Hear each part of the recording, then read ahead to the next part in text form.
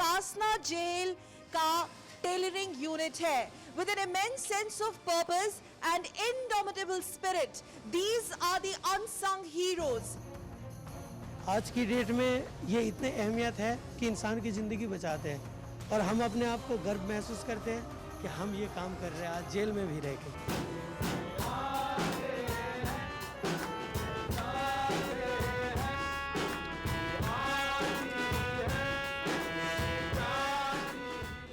मैं आपका तहे दिल से आभार व्यक्त करता हूँ कि इस वैश्विक आपदा में आपने जो अपना सराहनीय योगदान दिया है। लोग हतप्रभ हैं कि इस संकट की घड़ी में जेल के हमारे बंदी भाइयों और बहनों ने कितना व्यापक योगदान दिया है। हमारे देश पे सबसे बड़ी मुसीबत आ गई है, इसलिए गरीब भाइयों की मदद करने के लिए हम अपना योगदान दे रहे हैं। हम 200 से लेकर 300 तक के मास्क पर डे बना रहे हैं। ये एक ऐसी कहानी है जो पूरे देशवासियों का जानना जरूरी है। जब हम सब एकजुट साथ खड़े हैं राष्ट्र के तौर पर कोविड-19 को हराने के लिए, और इस वक्त हम आप तक लेके आ रही है कुछ ऐसी कहानियां। कासना जेल में अभी दूरदर्शन की टीम मौजूद है और ये कासना जेल का टेलरिंग यूनिट है with an immense sense of purpose and indomitable spirit. These are the unsung heroes. These are the jail warriors who are doing their bit to fight pandemic COVID-19. And how are they doing it? They are doing it by producing at least 2,000 to 2,500 masks per day. And I am also wearing one such mask which has been manufactured in this very jail in Kasna, and these are the inmates who day in and day out are in fact doing their bit, contributing their bit. Mushtaq, ये बताइए कि क्या आप इस बात को समझते हैं कि जो काम आप कर रहे हैं मास्क बनाने का, इसकी कितनी अहमियत है?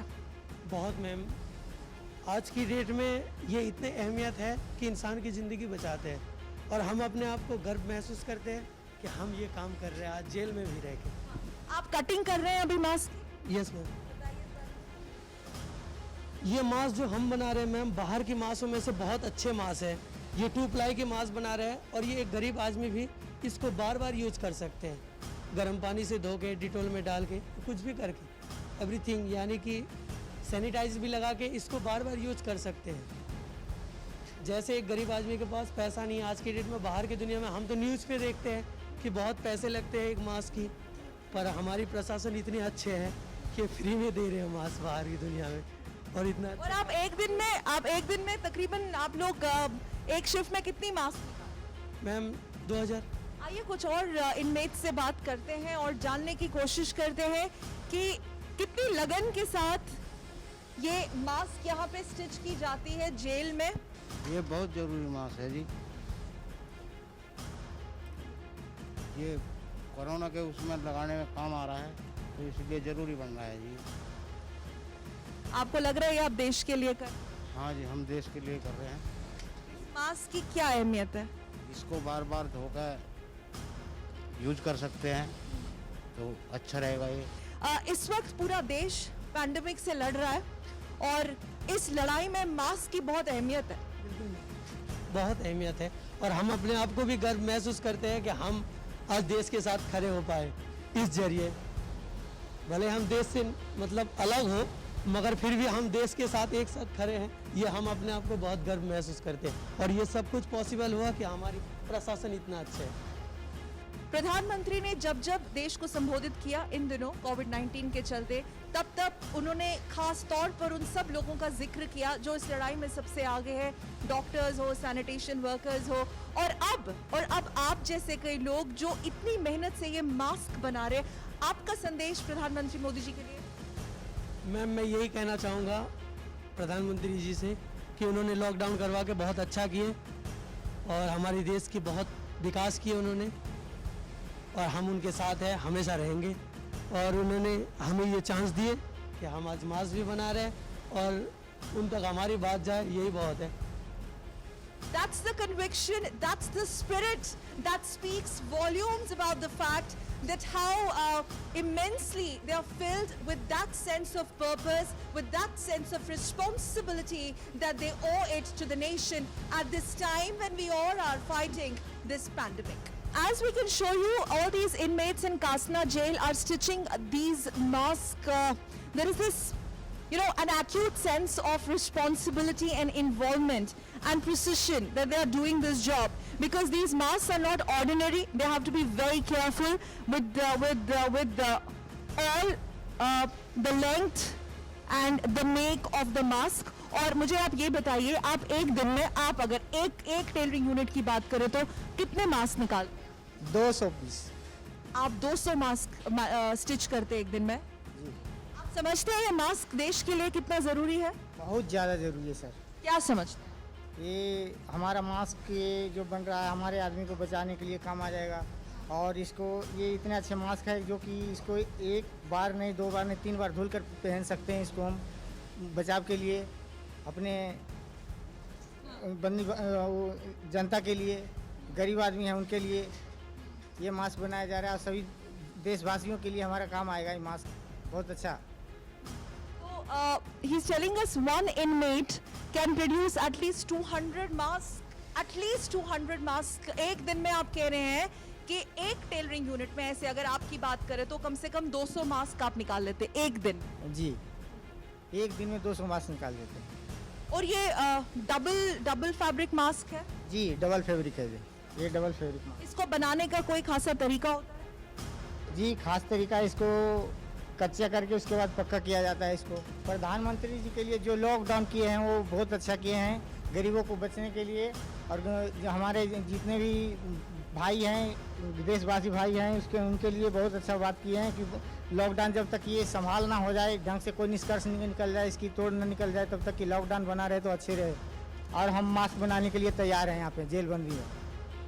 ये कह रहे हैं कि हम जेल बंधु प्रधानमंत्री जी को ये कह रहे हैं कि आपका लॉकडाउन का निर्णय बहुत सही था, लेकिन हम हैं यहाँ पे, आपके साथ है, यहाँ पे लॉकडाउन में आपके साथ है, क्योंकि मास्क के बनाते हैं तो यही इनका तरीका है प्रधानमंत्री जी को ये अपना संदेश देने का कि उनके जो कदम डिसाइसिव डिसीजन रहे हैं देश के लिए ऐसी आपदा में, उनमें से ये सब।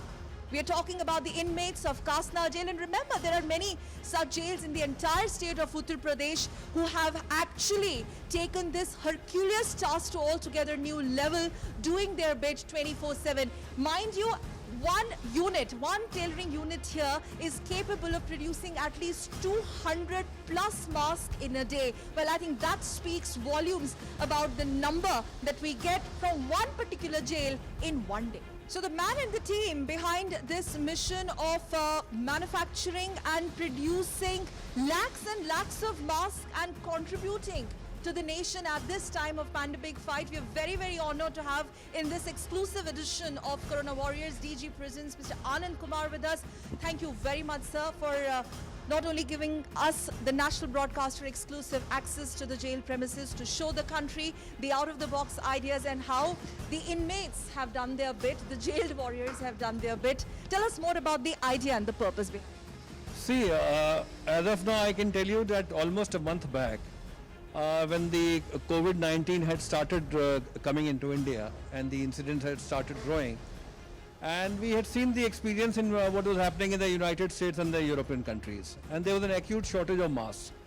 And we thought at that time at the headquarters that why not, since we have tailoring units in all across all our jails, why not utilize that for public good and also for the security and safety of the inmates.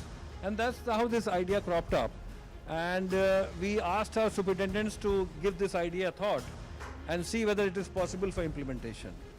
And I can tell you on a very happy note that the inmates and the jail officers and staff have really contributed in this endeavor, and they virtually made it an absolute, I would say, a janoon kind of a thing has started. And with a fervent passion, the inmates, as you've seen, are stitching masks. So this is a very good sign, and this is only one of the jails where you're seeing it. As of now, there are 70 jails where these masks are being made, and we've already crossed the threshold of 5.5 lakh. 5.5 lakhs in how many days? In almost a month. In almost a month, we've crossed the threshold of 5.5 lakhs and still counting. So the work continues, as you can see here also. And all our inmates have at least 2 masks per person. And more than 3 lakh masks have been distributed in society for people to wear. And as you can see, the quality of the mask is pretty good. It is made of cotton cloth, and this is double layered, and there are also some masks which have a space inside, which can be used as an additional safety feature. So therefore these masks are being used, and the one I am wearing and you are wearing is also been made in these jails. And they have proved to be at least a very effective safety gear as per WHO guidelines. As per WHO guidelines, that's very important. And not only just stitching these masks, there's a proper procedure. We've been to other sterilization units also, systematic sterilization and everything to ensure that these masks are wearable use. See, all these masks are made under medical supervision. As you've spoken to, we have a doctor in each and every jail. And therefore he has a fair idea of what the quality of the mask should be, how the cloth should be, of what to make, and how to sterilize it and sanitize it before use. So all these inputs are being factored in while the mask is being stitched. And therefore after the masks are stitched, they are sanitized, sterilized before giving it for use. So, I mean, I can say that the masks are being made under some kind of medical supervision. Medical supervision के तहत ये mask बनते हैं, but Anand Kumar साहब, इसमें ये भी ज़रूरी है कि इनमेट्स की सेफ्टी सुरक्षा हमने देखा चप्पे चप्पे पर सैनिटाइजर्स और प्रॉपर प्रोटोकॉल्स फॉलो की जाती हैं. Definitely, as you've seen, witnessed this, that the sanitizer, disinfectants are being used profusely in the jails. And all our people who are working here have their masks on, they have their head cap on, and they're taking all precautions which is required when they are into this. And social distancing is also being maintained. You can see that there is a gap between 2 people. So therefore, all these things are being taken care of. The entire area is sanitized before they start work. They have music for entertainment to keep them busy. And since they are working 12 to 15 hours a day, it takes a lot out of them.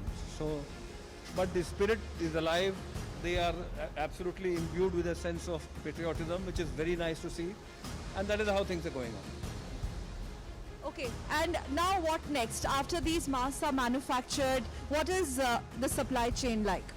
See, the supply chain is that after in-house consumption, after satiating the demands of the inmates, now we are also giving masks to charitable organizations.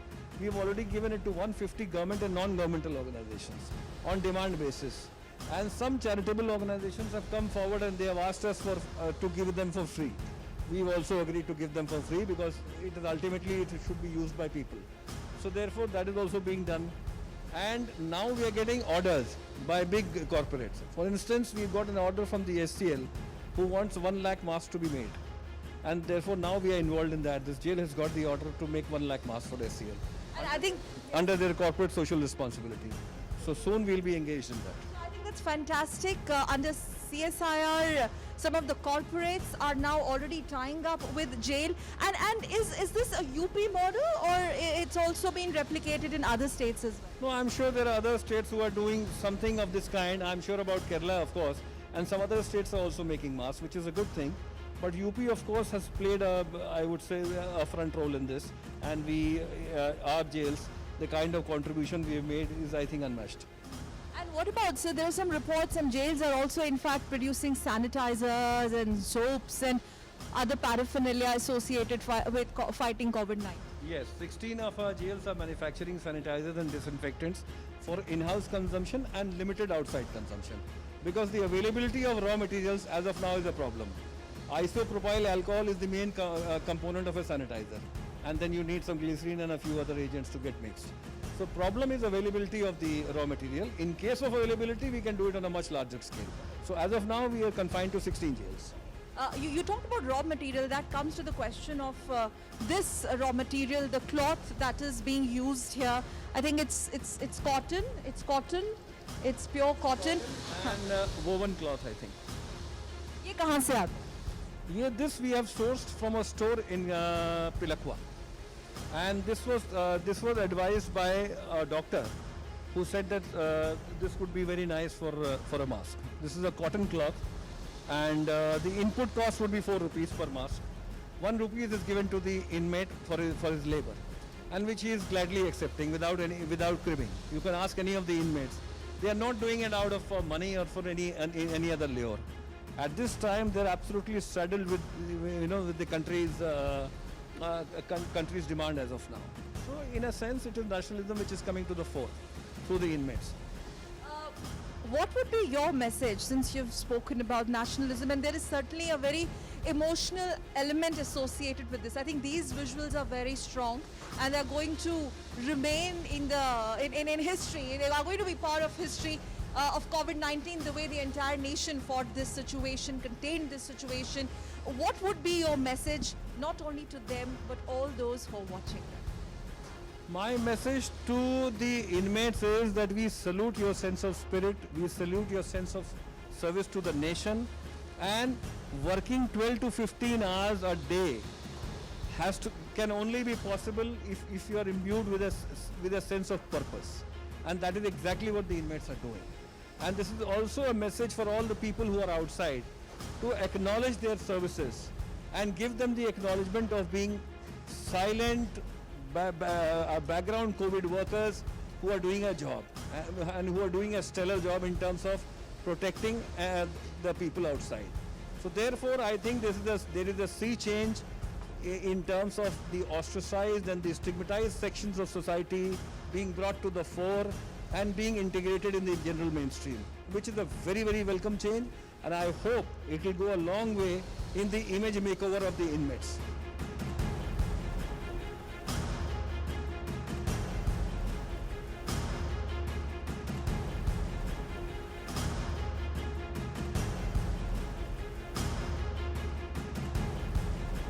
DG Prisons UP himself is in fact at micro level monitoring and inspecting the making, stitching and manufacturing of this mask. और यहाँ पे मैं आपसे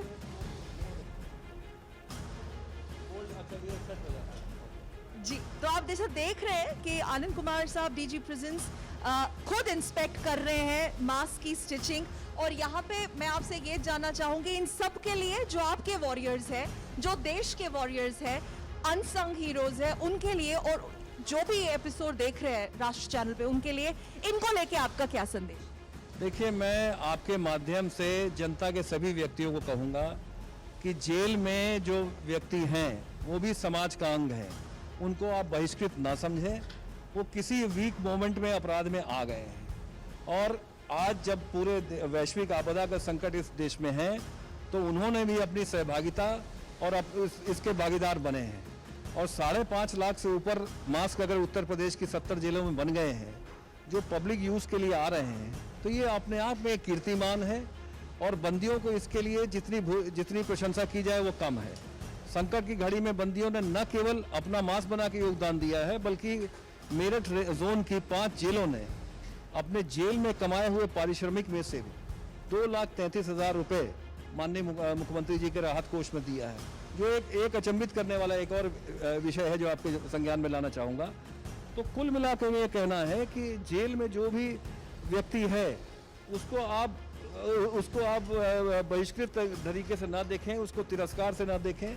वो भी एक इज्जत का हकदार है, वो भी भारत का नागरिक है, और उसने एक क्राइम किया है, क्राइम में एक वीक मोमेंट में आ गया है, लेकिन वो सुधरने को तैयार है। और हमारी जेलों में मेरे दावे के साथ ये कह सकता हूँ कि 95% अपराधी जो बंदी हैं वो ऐसे हैं जिनमें सुधरने की गुंजाइश है। मात्र 5% ऐसे बंदी होंगे जो अभ्यस्तन अपराधी हैं, पेशेवर अपराधी हैं, और जिनमें सुधार की गुंजाइश नहीं है। तो मेरे ख्याल से इस आपदा की घड़ी में बंदियों के इस कंट्रीब्यूशन से उनका इमेज मेकओवर डेफिनेटली होगा। लोगों में उनके प्रति भी सहानुभूति होनी चाहिए, और होगी जब ये बंदियों का ये कंट्रीब्यूशन देख रहे हैं। तो आपके माध्यम से समाज में उनकी तरफ जो तिरस्कार की भावना से लोग देखते थे उसको न देखकर उनको भी एक सम्मान दें, एक नागरिक होने का सम्मान दें, और ये सोच के चलें कि किसी वीक मोमेंट में वो अपराध में आ गए हैं और सुधरना चाहते हैं, क्योंकि बंदियों में बहुत पश्चाताप है, बहुत आत्मग्लानि है, और वो कई तरह के तरीके ढूंढ रहे हैं जिससे कि अपने जो गिल्ट है उसको कम कर पाए। तो ये एक तरीका है, और ये भी एक कारगर तरीका है जिसमें बंदियों ने ये दिखा दिया है कि वो संकट की घड़ी में अपना योगदान दे सकते हैं। और प्रधानमंत्री जी को आपकी तरफ से आपके पूरी जो आपकी बंदियों की फौज है, वॉरियर्स की फौज है, उनकी तरफ से कोई संदेश प्रधानमंत्री जी? जी, मैं आपके माध्यम से मैं न केवल प्रधानमंत्री जी को बल्कि देश के सभी नागरिकों को यही कहूँगा कि बंदियों की भावना का भी आप सम्मान करें और बंदियों ने जो इस आपदा की घड़ी में जो अपना योगदान दिया है इसको भी एक्नॉलेजमेंट मिलना चाहिए। ये मैं जिसको उनको केस्ड वॉरियर्स कहता हूँ, जो जेल वॉरियर्स हमारे हैं, वो अनसंग हीरोज़ हैं, इनकी भी एक्नॉलेजमेंट आए समाज में, हमारी मीडिया इसको एक्नॉलेज करे, यही बहुत बड़ा ट्रिब्यूट होगा हमारे बंदियों के लिए।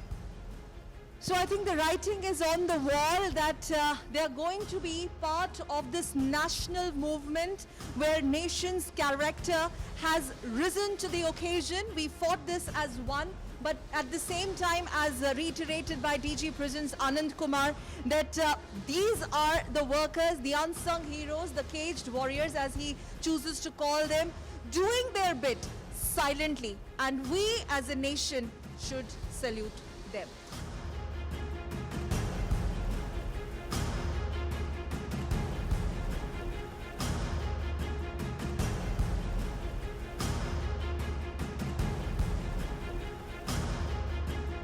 सत्येंद्र, ये बताइए, आप जब ये मास्क बनाते हैं तो क्या कुछ चल रहा होता है आपके जहन में? मैम, हमको गर्व होता है अपने ऊपर कि हम जेल में रहकर भी बाहर देश के वासियों के लिए काम आ रहे हैं।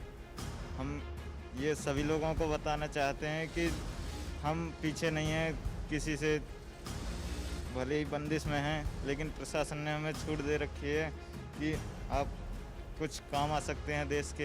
ये कह रहे हैं कि हम भले ही बंदिश में हो, लेकिन ये मास्क बना के हम देश के काम आ रहे हैं, हम देश के काम आएंगे ऐसी आपदा वाली घड़ी में, और ये हमारे लिए, इनके लिए, जैसा कि ये बता रहे हैं, बहुत ही इम्पोर्टेंट है। ये एक रिस्पॉन्सिबिलिटी और बहुत ही महत्वपूर्ण बात है। हम बंदी होते हुए भी इस काम को कर रहे हैं। प्रधानमंत्री जी ने जो लॉकडाउन किया है उससे देशवासी को बहुत अच्छे परिस्थिति में रखा है, क्योंकि और देशों के जरिए, और देशों में जो हम लोग समाचार सुनते हैं उसमें और देशों का हाल बहुत बुरा है। प्रधानमंत्री जी ने लॉकडाउन करने से जो हमारे देश के बचा हुआ है उसमें हम भी काम आ रहे हैं कि हम भी प्रधानमंत्री जी के नेतृत्व में पैंडेमिक से लड़ने के लिए, कोविड-19 से लड़ने के लिए जो लड़ाई है, हम भी उस लड़ाई का एक हिस्सा है। एंड ये कह रहे हैं कि हम, ये जो बंदी है जेल में अभी, ये कह रहे हैं कि हम बहुत ही गर्व महसूस कर रहे हैं, which means they're saying that we are proud of the fact that we are also an integral part of this national fight to beat COVID-19 by producing these masks in lakhs in numbers and supplying these masks not only to charitable trusts but various NGOs to make it sure that those who are poor, those who are needy, they are not devoid of such masks during such trying and difficult times. और अब दूरदर्शन की team Kasna jail के mask tailoring manufacture unit में आ गई है, और यहाँ पे महिलाएं जो है, फीमेल इनमेट्स भी पुरुषों के साथ कंधे से कंधा मिलाकर ये मास्क, जो कि मैंने भी पहनी है, मेरी पूरी टीम ने पहनी है आज, उनको स्टिच करती है और समझने की कोशिश करते हैं कि कितनी बड़ी रिस्पॉन्सिबिलिटी ये समझती हैं ये इनके लिए। सबसे पहले हम बात करेंगे हेड जेलर की प्रेरणा अग्रवाल से। तो एक दिन में अग्रवाल मैम, कितनी मास्क महिलाएं कितनी मास्क मैन्युफैक्चर? हम 200 से लेके 300 तक के मास्क पर डे बना रहे हैं जी। और उसमें हम लोग, इसलिए हमारा बनाने का उद्देश्य ये रहा है क्योंकि जैसे ही स्टार्टिंग में कोरोना जिस तरह से फैला है, उसमें पता चला कि मास्क को बहुत ही महंगे रूप से मार्केट में बेचा जा रहा था। तो पूरे जेल प्रशासन की और सभी अधिकारियों की यही इच्छा रही है कि हम लोग मास्क बनाएं, जिससे जो गरीब जनता है वो सस्ते रूप से इसको प्राप्त कर सके। और ये चीज़ जो है सभी जगह जेलों पे भी बनाई जा रही है, तो हमारा भी योगदान है इसमें। हम भी चाहते हैं, जिस तरह देश इस समय संकट में है, हम लोग जितनी हम पे मदद हो सकती है, हम उतनी मदद जिस रूप में हम दे सकते हैं हम दें। सुबह 10 से लेके 4 बजे तक, 5 बजे तक, जितना भी, जब तक भी जो भी अपना इनका सामान, कच्चा सामान होता है, उसको पूरा करने तक ये लोग अपना समय देती हैं और अपना पूरा सफाई से और हर तरह से सैनिटाइज करते हुए हम लोग इनको बना रहे हैं। ये बहुत ज़रूरी है हमारे लिए और ये मास्क हमारे बाहर जा रहे हैं, जहाँ महंगे महंगे लोग भी खरीद सकते हैं वहाँ उनको कम रेट में अवेलेबल कराया जा रहा है और संस्थाओं में जाते हैं और कई जगह जाते हैं बाहर मार्केट में सस्ते रेट पर। एक दिन में कितनी मास्क बनाती हैं? एक दिन में 30-40 के करीब एक महिला। तो ये हर महिला अलग अलग बनाती है, कोई ज़्यादा बना लेती है, कोई कम बना लेती है। और आप जानती है कि देश आपके इस काम को कितना सराहना होती है आपके इस काम की। देश में तो काफ़ी सराहना होती है कि हम कम रेट पे उनको अवेलेबल करा रहे हैं ये। सो बेसिकली जो बंदी हैं, जो यहाँ के महिला इनमेट्स है, they understand the importance of these masks. Despite many of them being illiterate, they do understand why these masks are very very important. ये मास्क क्यों ज़रूरी है? इसलिए ज़रूरी है, इस वक्त हमारे देश पे सबसे बड़ी मुसीबत आ गई है, इसलिए गरीब भाइयों की मदद करने के लिए हम सब अपना योगदान दे रहे हैं। आज आपके सामने दूरदर्शन की टीम आई है ये देखने के लिए कि कोविड-19 की बीमारी के संदर्भ में जेल में क्या क्या व्यवस्थाएं हो रही हैं और ये देख करके सबको खुशी हो रही है कि आप मास्क लगा रहे हैं, आप लोग सोशल डिस्टेंसिंग का पालन कर रहे हैं और अपने निजी स्वास्थ्य का ध्यान रख रहे हैं। The concept of jail radio, in fact, was conceived by DG Prisons, Mr. Anand Kumar himself, whom, as we speak right now, is speaking on the system. He's addressing the inmates of this Kasna jail, and you can see there are many CCTV cameras also installed here. And as we get you these exclusive visuals, DG Prisons Anand Kumar is addressing all the inmates of the jail right now. आपके इस योगदान को दूरदर्शन अपनी प्रस्तुति में लगा रहा है और दिखा रहा है और आपको एक इमेज मेकओवर जो बंदी की होती है वो इस प्रोग्राम के माध्यम से होगी। लोग आपका एक ऐसा अनदेखा अनसुना चेहरा देखेंगे कि बंदी भी अपना योगदान किस प्रकार से आपदा की घड़ी में देते हैं। इसीलिए मैं पुनः आप लोगों सभी को बधाई देता हूं और आपके द्वारा किए गए कार्यों को सलाम करता हूं। धन्यवाद। जय हिंद।